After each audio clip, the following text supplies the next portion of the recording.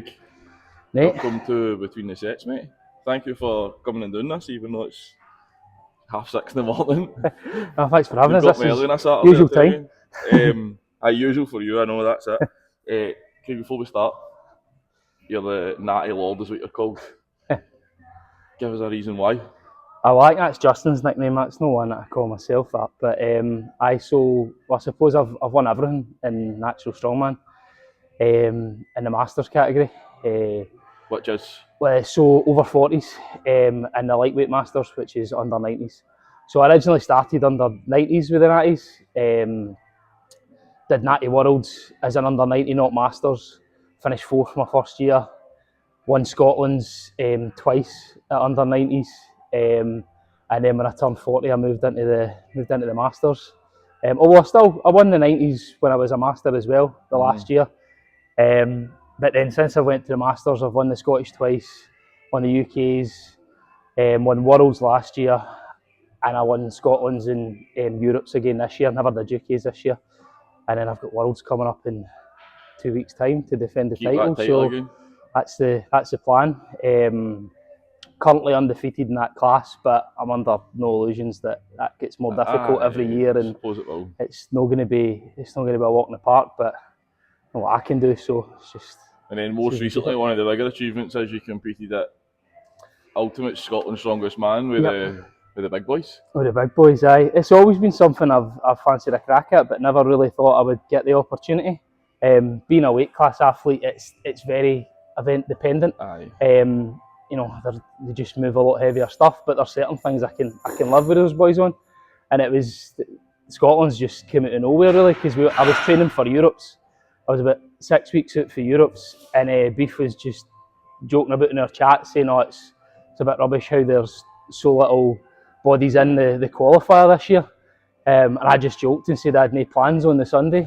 And then the next thing I know, he's messaged me going, "Right, if you want in, you're in."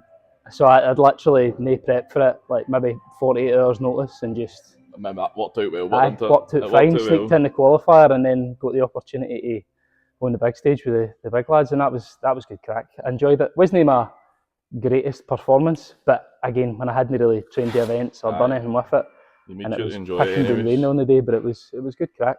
You got your I got my singlet. Aye. You got your axe. I got the axe. I get Warrior of the Day as well. So for being the weakest guy trying everything, probably I think that was the main thing. There's certainly worse achievements to get something from. That's it. It was good. No, it was good. I right enjoyed it. It was a totally different competition experience doing ultimates to like my normal, because I'm normally going into a comp and I'm looking to win it, looking to win events. Whereas going into that, the mindset was, right, let's just see what you can do. Aye. Just have a bit of fun. You know what you're capable of. Don't worry if somebody else is doing 10 reps. No. You just try and get one, and then just take it for there. So we're only a few weeks out from Worlds. Yep. Natty Worlds, Masters level for you again. Second last event session you were saying. Yep. So what is the goal for the session? So today, really, it's just to get through all the events and give myself kind of rough pacing ideas on them. So when I'm coming in towards a comp, when it's further out, I'm maybe not quite going as hard on everything all the time. It's not like 100%. Whereas now, when especially I move into the moving events, it's pretty much going to be all out. Let's see what time I can go at. I'm not quite at, or pretty much comp weight. I'm like 95% comp weight on everything this week. So it'll give me an idea of roughly how quickly I want to do it, what my strategy is. So I've worked that out over the last few weeks, trying on a few different things to see how I'm going to approach each event. And now it's just about executing that plan and making sure, is that right? Because you don't want to get to comp day and still be thinking about, I might do this or I might do that. You need to know what you're going to do on the day so that you're not panicking and you don't stress yourself for no good reason. That's fair. So how's the body feeling given it's only a few weeks away? The body feels alright, to be fair. Bit tired. Stuff sore, but everyone's sore all the time. I'm old, so there's always something sore. But in general, the body feels good. The most difficult thing at this point, the comp is generally the cut, because the calories are having to come down. So you're not as fueled for your sessions as you would normally be. But the way I look at it is like, if I can get through a good session the now when I'm no fueled, once I've made weight and refueled for the comp, it's always going to be a better day. So So a question I would normally ask folk, because usually it's later on in the day, is have you been thinking about this session all day leading into what you're doing? But for you, it's first thing in the morning, so I take it you don't really have much time to think about your session, or you think about the night before maybe? Generally the night before. I like to, because when I'll generally get my programme at the start of the week, and I'll take it and I'll write it all down in my own format, and then I can put my warm-ups and my jumps and everything, because generally when you programme, you're getting your top sets and your back-offs. But I like to write down everything I'm doing, so that when I come in the gym, I know straight away. I don't even need to think. But generally it's the night before. Before I go to bed, I'll always just look, right, what am I doing tomorrow? Have I got the right kit in my bag?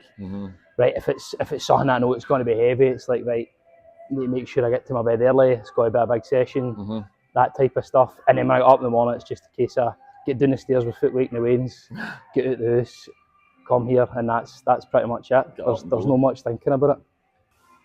So I've seen you training in here. You're usually pretty calm, chilled, going and just do your session, but then watching you compete, you get a wee bit loose and you come a wee bit more wild. So what gets you hyped for those lifts? What do you do? I don't think there's anything like I do specifically. I'm not like, some people are like sniff salts or listening to a certain song or whack their head off a bar or something like that. For me, it's just kind of try to just switch on. It's kind of like, I used to play rugby, so it was always like, right, once I crossed the white line, like before it was laughing and joking, bit of banter, bit of crack, and then once you cross the white line to play, that's you're in game mode.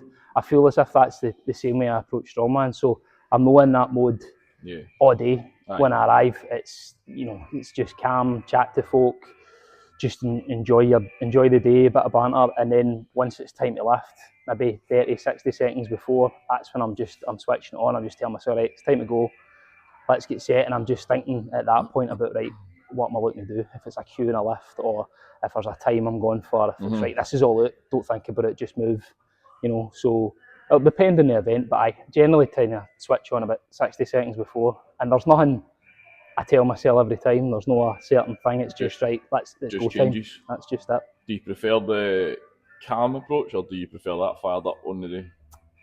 I love competing, but there's nothing like it. I mean, I genuinely, if my body allowed it, I'd compete every week. Like, it's because you always get so much more at yourself when there's a wee bit on the line, there's a bit of pressure.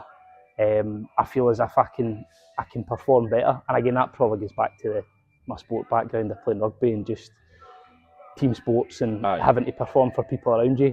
Strongman is different, you're on your own, but it's still, there's a crowd, there's other athletes, you've got to perform, and I've just always enjoyed that. I enjoy lifting in the gym, but when I'm in the gym, I don't tend to really overhype myself for anything. No. Just try and stay as calm as I can in between lifts, because I feel as if otherwise you're up and down all the time, especially when you're doing a 3-hour session. I know, exactly.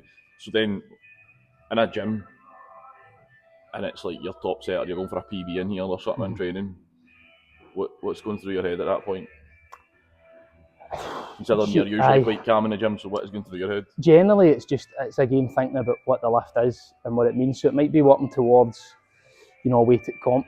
So if I'm going in for, say there's a max deadlift or a max log or something, and I'm in the gym going for a kind of a PB or a really heavy lift before the comp, I'm trying to think, right, I need this, so that on the day I've got X, Y, or Z, or when I hit this, that means I'm projected at X or Y. So that's generally what I'm thinking. Is like, the main thing is there's never any doubt. Like, if you ever come into a lift and you think, this might not be hitting this today. Like, I mean, I have sessions like that when you come in and you go, this is a heavy one, didn't feel great last week, don't know if I'm hitting this today. And if that's the case, generally you don't hit it. Yeah. So it's try to always have that mindset of there's no failure in your head. It's right, this is what's going to happen, just visualising it. Like to do a wee bit of that from time to time, not again on every lift, just depends kind of how you're feeling, but just visualising how it feels. And generally I visualise like what the final position will be. So if it's log, right, I'm locked out overhead, and I'm looking for the ref's command. If it's deadlift, again, I'm locked out here and I'm looking, right, where's my ref, where's my down command. So it's just thinking about those things, as opposed to, well, what happens if I muck up the clean. It's like, right, I'm looking for the rest down signal, and then, that way I'm not thinking about anything other than when it's going to be successful. So that's generally, I try and stay as positive as I can, because if you think negatively about it, you're screwed straight away. I think that's quite interesting because there's obviously got their own thing. Some people might visualise the full lift from start to finish, and you're just visualising the end point and getting that. I like that. That's quite positive. It means you know you're almost telling yourself already, I'm going to get to that point. I'm just looking for the end. That's it. I'm just thinking about what the last point is. Like when you're visualising, I'm seeing the full lift, but the focus is on, right, I'm seeing the rest down command, and that's me going at that point. What's your gym red flag? Red flag. When people don't put stuff away, man, drives me absolutely mental. Like I'm in the mornings, and most of the time when I come in, there's always something lying, like the barbell loaded on the bench today. The sandbags are an absolute riot. I see when I walk in and see that, it pisses me off straight away. So just like, it's common courtesy just to put your stuff away, and it drives me absolutely mental. Sometimes I end up spending half an hour of my session fixing it, cleaning it up, but extra gains that way. So you obviously have some, from time to time, people join you to train, or you're in group sessions at times as well sometimes. So what's training partner habits that you just cannot deal with? Ended it just messes about in their phone for too long, or chats too much coming up towards the lift, like chatting in between reps and stuff like that, and things are fine. But sometimes, like when you're going in to get like a top set and you've worked your way up, and then somebody comes on, they're wanting to chat to you for about 15 minutes, you're like, go do this first. What I'll end up finding myself is I'll just walk away from them when they're talking to me. I'll do my set and then I'll go back. And because I'm like, otherwise I'm just going to stand here and you're going to keep talking. So it's, but generally every day that I train, my end of it comes into train in the mornings. They're not there for a chat. It's just day to day, unless you're in my Gordon sex, he never shuts the fuck up. But like generally in the mornings, it's in, get your session done, because everybody's got work to get to, or something else to do in the day. So yeah, that would be the most annoying one. Ended it's just chats too much and messes about in their phone, and they're no focused in actually training. I'm happy to train with MD as long as they're actually willing to train. Doesn't matter how heavy you're lifting or what you're going for, as long as you're willing to actually come in and work, and not just come in.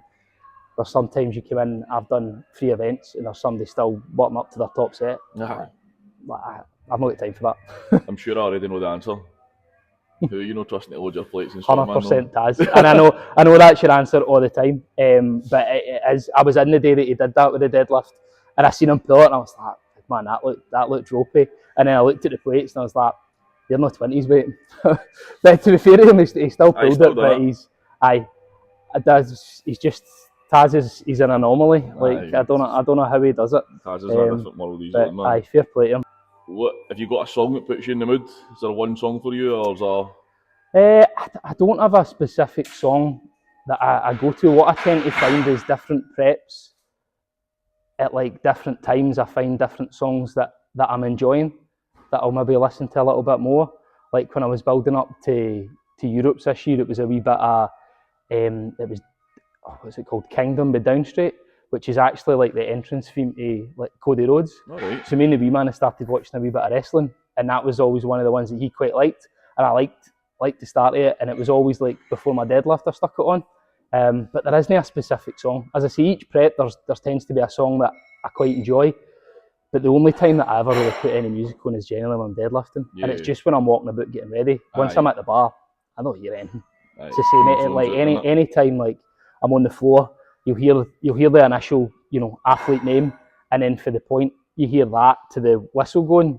And when you're in the event, I couldn't tell you what's happening about me. I'm just focused.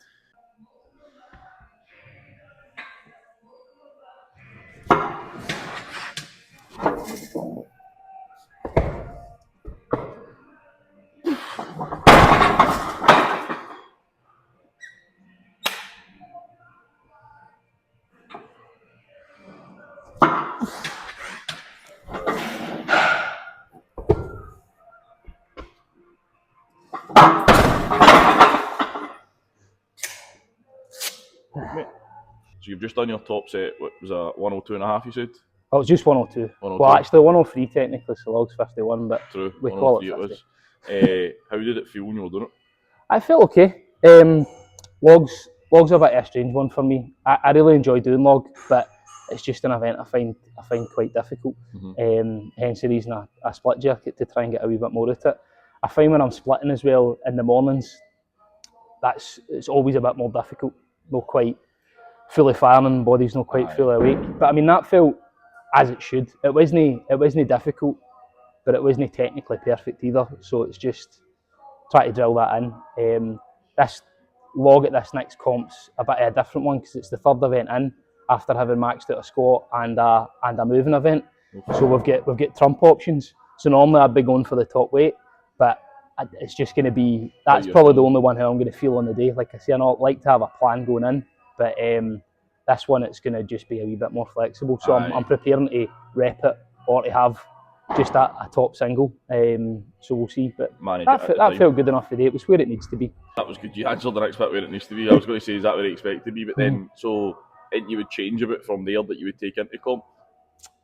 No, I think my pacing was good. I suppose it would depend on which log I took. If I took the trump weight, I took the heavier one, I wouldn't go straight back into the second rep. But what I'm trying to do today was just pace myself in. Like I took a wee half step back, flick my belt off, flick it back on. That was kind of my switch to like flick back on again, so that I'm not just bang straight into another rep. On comp day, that depending on what I need, that might be what I have to do for what the numbers are there. But I like to try and compose myself and not rush my reps, because the worst thing doing in a rep event's missing a rep and then you've wasted energy for nothing. Aye, exactly. Do you ever get nervous before any of the big lifts? Or on comp day or anything like that? I don't know if I would say it'd be nervous as such. Maybe kind of a wee bit of nervous energy. As I say, I try and not think about failing a lift. So I never go into something thinking I'm not going to hit it. That's the last thing that's on my mind, because like I say, it feels it. But yeah, you get nervous, especially coming into big comps. But I just try and channel it. The main thing for me is like I can only do what I can do. Aye. At the end of the day, like I come in and I'm trying to win every comp that I'm in, but it's just not possible. You can't win everything. You're up against other people. Somebody might come in and they're stronger than you on the day. Yep. You can only do what you can do. I set my own kind of targets for each event, and if I hit them and I finish last, there's nothing else I can do. Yeah. You know what I mean? So, you definitely get nervous, but it's the more you compete, the more you can kind of channel that energy. I find it's a good thing. If I go in and I'm no nervous, probably means I don't care, and I probably shouldn't be competing. Absolutely, I agree. Given then you've won all there is to do it, that Natty's, what do you think it takes from just going to compete there to actually winning it? What's the difference between just a turn up and compete to a turning it great? It's probably training intensity and just having the right focus, because everybody's working hard. Everybody's got coaches, everybody's training hard, everybody's doing what they're meant to be doing in the gym. But I think the difference between when I'm feeling on top of my game is like intensity in my sessions. I'm coming in and I'm not just going through the work. Like everything's getting done properly. Like if I'm doing a 90 kilo log, which is an easy rep, I'm hitting it with full intensity and not just I'm just pressing this today.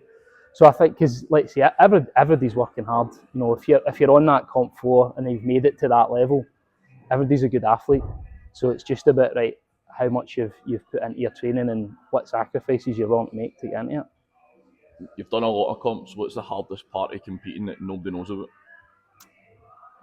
As a weight class athlete, it's generally just making weight. Is the biggest thing. I'm truly a fat boy stuck in a wee guy's body. I used to be very heavy in school. I was 22 odd stone at one point, so I enjoy my food. So the cutting back on that is a difficult bit. And the early mornings sometimes, and just getting yourself in when you don't necessarily feel it training. You're not motivated all the time. I love training. I genuinely do. As soon as I walk through the door and I'm in the gym, I'm fine. But getting myself out of bed some mornings is difficult, especially when you've been up later because you've been doing stuff or things are going on with the kids, and you're looking at your watch and you're going, I can get 5 hours sleep, absolute maximum here, and I've got a heavy set of deads tomorrow. it's just got to get done. Yeah, So I think that's where it makes a difference. You just need to be disciplined and need to go, right, well, it just needs to get done.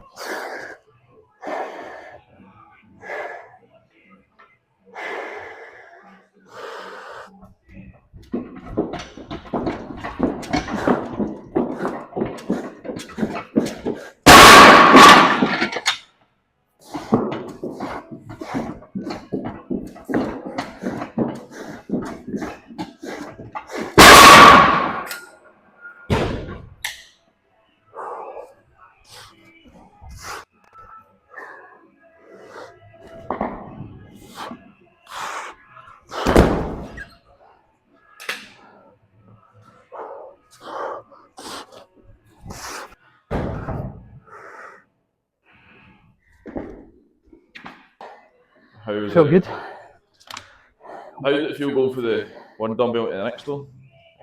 After doing that, that's a heavy goal actually. Aye, it definitely feels different because I've done the last couple of years at Natty's. There's been yoke into something. So it was yoke into axle first year and it was yoke into power stairs, so I'm kind of used to it now. Aye. You just know what's coming. What's coming. These dumbbells, to be fair, are relatively light for me. Right. So in theory I could come out, jump straight in, bang bang. But it's a case of, let's say before, you don't want to miss a rep. So if I need to take an extra 2-3 seconds to set myself, remind myself what I'm doing with it, that's what, like I did the first one. Like the first one I could come out and blast straight away. But the second one, just need to make sure that I'm ready for it and I don't half-ass it because I have a tendency a couple of times to come out and just get the respect that it needs to make sure I hit the rep properly. You're quite a tactical, methodical person. See when you finish a yoke, is there something that is there any cues you're giving yourself before you start again, or you undoing your belt to do it again? Like, so I like my belt really, really tight on yoke. Right. I just feel as if it helps my brace, but because you're picking it up directly off the floor, it feels tight as fuck when you get down. So what I'll do is I'll just move it a button down, just so that when I'm picking that up, I can still brace and breathe properly. Yeah. So that's kind of all I'm really doing there. And then again, it's kind of like before, like if I'm in between reps with the log, if I'm trying to pace it, I'll deliberately undo and redo my belt to stop me just jumping straight to the next rep. So it's kind of just in the head that way. Well, you're breathing at your arse. I'll give you some good ones. Right. What did you pick strongman for? Well, I was playing rugby and my team had a pre-season session in here. And we were doing log and fucking kegs and shit like that. And at the end of the session, we still had the car here. Mm-hmm. So I went and deadlifted the car and picked up a stone. And Martin was kicking about. He's like, "Did you just lift that car?" I was like, "Aye." Mm-hmm. He says, "You need to buy a membership now." I was like, "Right, okay." And then he's like, "No many folk can do that." And I was like, "All right, cool." He's like, "Have you ever tried strongman?" And then he told me the amateur strongest novice was on in like 12 weeks' time. I was like, "No." I says, "Well, he's a membership. No, I'll get a crack." I was like, "Bit extra training." And then I basically did that comp and pretty much stopped playing rugby at the end of that year, and then just did strongman. Well, so it's worked out well for you. Aye. What keeps you going during the rough training sessions? And that's also going to factor in the fact that, like I say, you do a lot of early mornings. Aye. And let's not kid ourselves on, hostel can be cold at the best of times, but if you're talking like first thing in the morning when it's freezing outside. Aye. Winters in hostel are it's different gravy, man.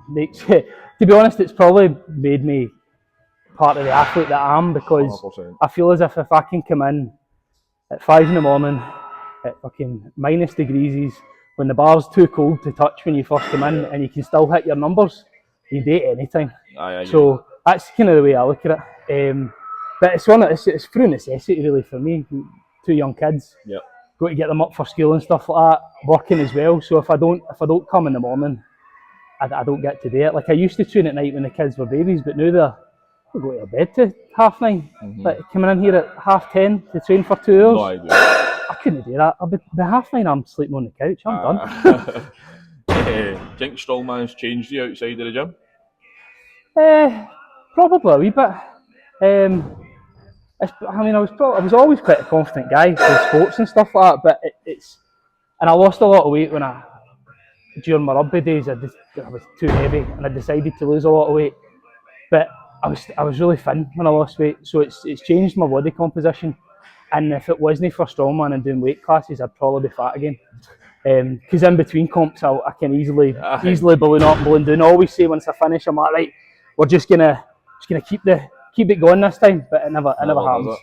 What about, do you think people understand how brutal the sport is? Nah, not for the outside. People don't have a concept of how heavy things are and how hard you need to train.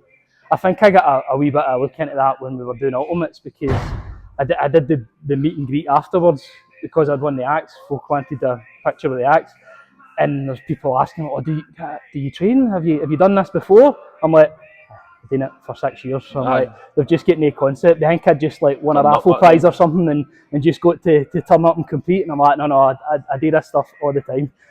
What's the best moment you've had in the sport so far? Oh man, there's a number. Winning the first Worlds was pretty cool, man. Because I'd done Natty Worlds the first year at the Orium in Edinburgh, and I'd finished fourth, and I'd been in the top three all day, and ended up finishing fourth on the last event when the singles fingers get picked by a rep, and that dropped me off the podium. And from then it was like, right, my goal's to get back to a Worlds podium, and then to actually, like, I got back the following year in the 90s and finished top 10, and then the year after that I then won it in the Masters, and that was special. But like actual individual lift stuff and things like that, like the first time I pulled 300 in here was really cool. That was the Christmas night, and then I pulled 320 at the under 90 Brits, like the untested, when I had no right to pull it. The heaviest I'd gone was 300. We were planning for basically taking I think it was 290 or 320 was the trump options, and I think we were planning to rep the 290, and I just made the call on the day. Everything felt good. I pulled 290 in the warm-up, and I was like, get to go. So I pulled 320. It was a 20 kilo PB on competition day after a cut. I had absolutely no right to do it, and that was really cool. I enjoyed that one. I don't think this question will relate to you, I'm not going to lie, because I don't feel like you're that type of person, but have you ever eaten anything rather strange before a workout? Nah, not specific. Nah, I wouldn't say, because I'm training in the mornings most of the time, generally all I eat is a squares bar. Like I'll go up, I'll have a squares bar or a can of energy drink, a Monster, a Rain or something like that, and that's pretty much all I eat before a session. If I'm training in the afternoons, which it happens occasionally, I've had my lunch, but it's generally just like chicken wrap or something. It's not extreme. Biggest gym fail then? What have you hit in here that's just no worked for you? Oh, throwing bags. So I reckon I've trained throwing bags more than anybody on this planet. Like I do it every session. To be fair, I haven't done since we finished Ultimates. This is the first time in probably about 5 years that I've not trained it every session or every week. I'm still shite at it. Like it just, I don't know what it is. Like my technique, I spoke to Beef about it several times. He's like, your technique's fine. You're doing nothing wrong. Says, I've got short legs and I've got long arms. I've not got the right levers for it. Keep getting it stuck, and it just keeps sticking on the top bar. So I'll keep working at it. I mean, it's certainly not as bad as what it once was. I'm competitive, but for the amount of work that I put into it, like if I put that work into my deadlift and my overhead, it'd be significantly more gains than what I get on foot.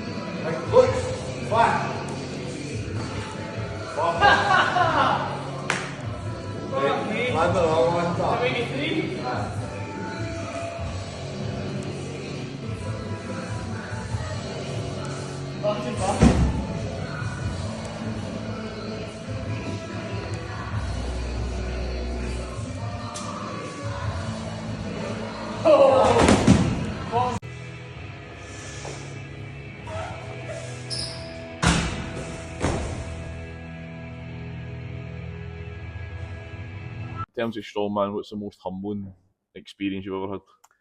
Most humbling experience? I suppose it's just maybe sometimes when you go to pick up a weight and you think you can pick up and it just doesn't happen. Everybody has days like that where you come in and you're like, oh, I'm expecting to lift that, and then it just doesn't go, and then you sometimes you take for granted that you're able to do things. But there's been the odd comp, like, in fact, for example, the Ultimates, the thing that really got me there was the truck pull. Because coming into that event, I was up and I was chatting to my family and stuff like that, like my uncle and that were there, and they don't really watch strongman. They're like, "Oh, what's the next event? How do you think you'll do?" And I was like, "Well, the truck pull's next." I says, "I've been going really well in training." I says, "I've been keeping up with the guys." I was like, "If I get a good start, it'll be great." And then went out to pull that, and it just never moved. The rope was soaking. I lost all my chalk on the first pull, and that was just like really annoyed because that was such a rookie error. I was like, I could have wrapped my arm, I could have got it moving, and just being there and seeing it move like 0.2 of a metre. So it wasn't a zero, but it moved No, it 0.2 wasn't of a a metre, zero, you're right. and I'm looking at it, I'm going, A lot of people I had really issues wanted with it, to though. pull that. There was a lot of issues, so- There was nobody finished it, and everybody struggled, and body weight played a huge part in that. Aye. But that was probably the one where I'm going, like, nobody, it doesn't matter if you zero an event. Like, that's a lot of people get that in their head. Oh, I do strongman. I don't want to do that comp because I'm going to zero two of the events. That doesn't matter. Like, nobody cares if you zero an event. Mm-hmm. Like, more respect for you for actually going out and Right. trying it instead of zeroing it. So I don't know whether it's humbling or whether it's just disappointing because you expect more of yourself or you set yourself high standards and then it absolutely. doesn't work. Right. Scariest game face you've either seen or come across?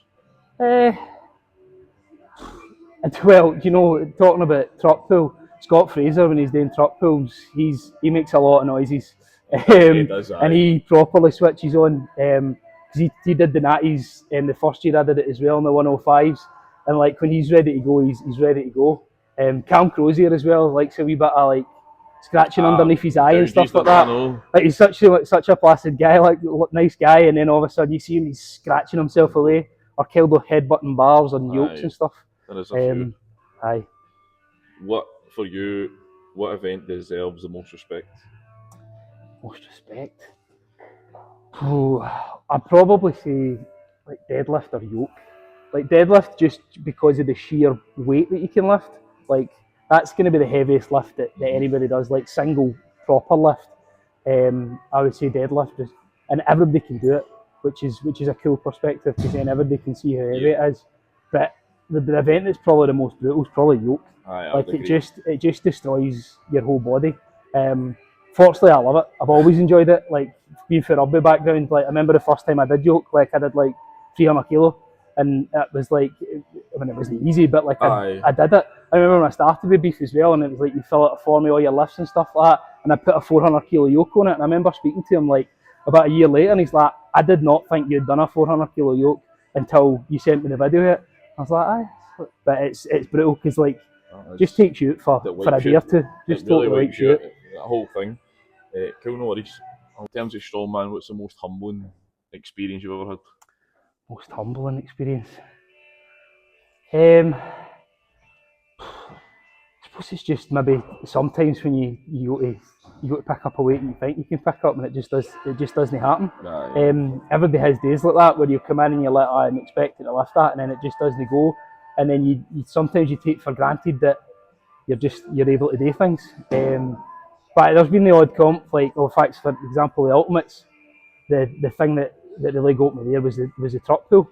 Because coming into that event, I was up and I was chatting to my family and stuff like that, like my uncle and that were there, and they don't really watch strongman.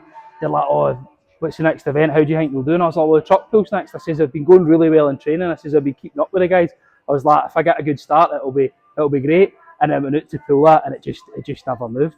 The rope was soaking. I lost all my chalk on the first pull, and that was just like really annoyed because that was such a rookie error. I was like, I could have wrapped my arm, I could have got it moving, and just being there and seeing it move like 0.2 of a metre.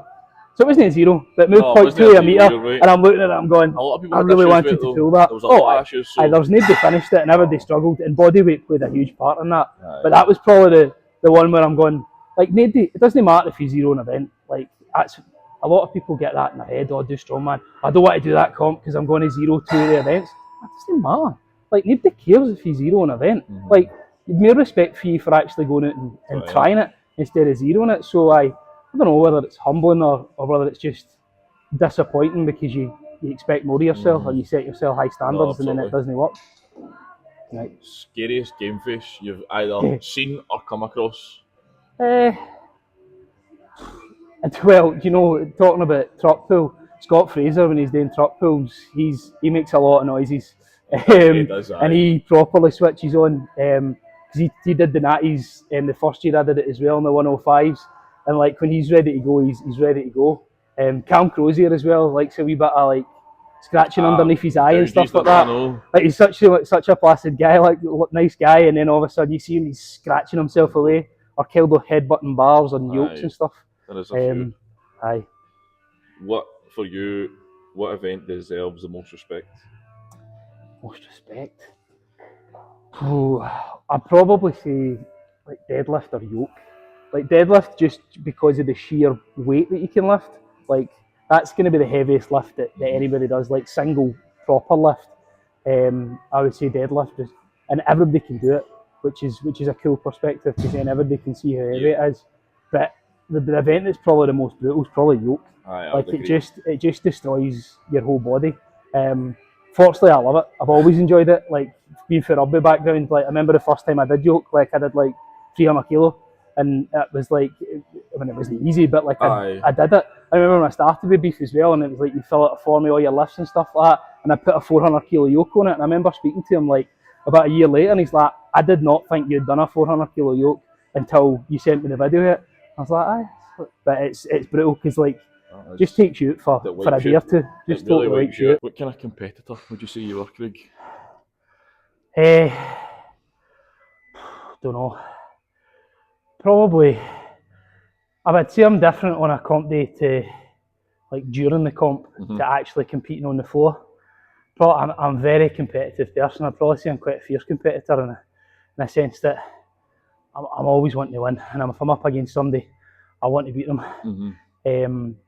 You know, that's how I love medleys and stuff when you're running against folk, or if you're deadlifting up against somebody. I like just, you know, trying to be the extra rep and do it that way. Probably comes through the sport background. I would probably say I'm quite fierce. No, that's fair. On the floor anyway. No, I wouldn't say I was off the I floor. would agree with you. Do you enjoy the pressure of it all? Yeah, I do. Like I said before, if you're not embracing the pressure, if you're not feeling a bit of pressure, it probably doesn't mean anything to you, and you're probably in the wrong place. I generally, in most things in life, even when I'm working, I always feel I get the best out of myself when there's a bit of maybe like time pressure or something needs to get done.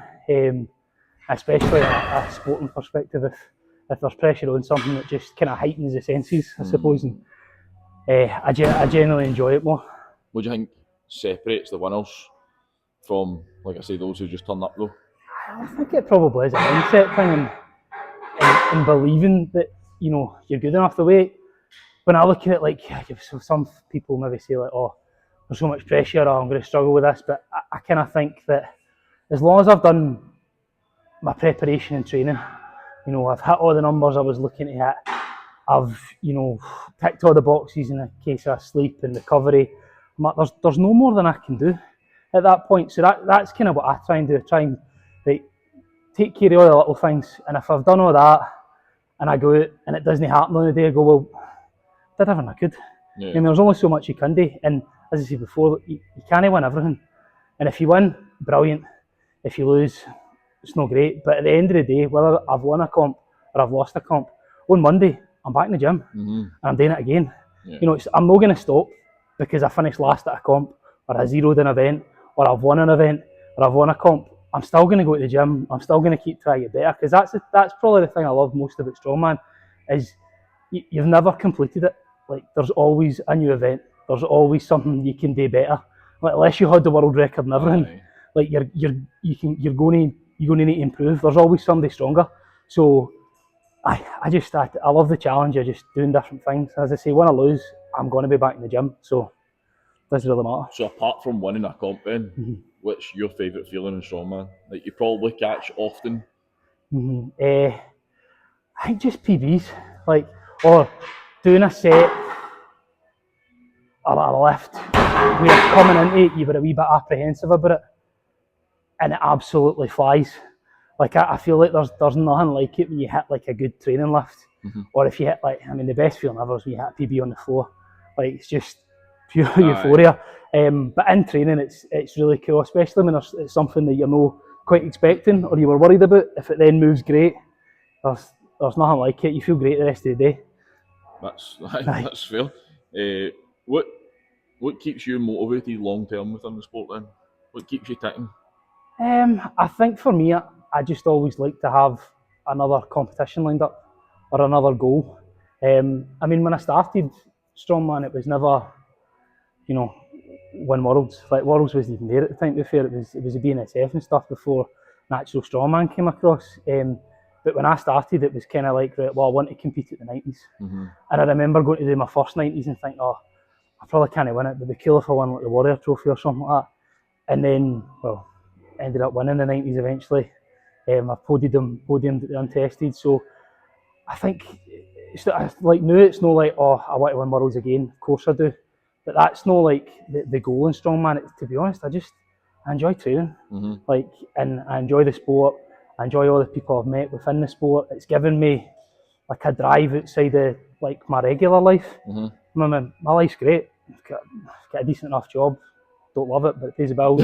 You know, I got a wife and kids that I love, and we've got a really good life. Like, but strongman allows me to like be me a wee bit more and just express myself instead of being stuck between the 95 or, you know, just being a dad. Like, it lets me have my own life essentially still.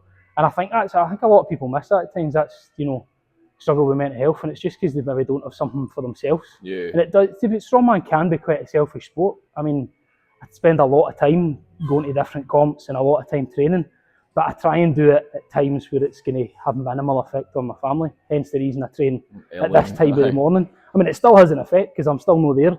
Some mornings, and there's other times but you know, there's that trade-off. I feel I'm a better person when I'm training and when I'm doing comps because I'm generally happier, unless I'm deep in a cut.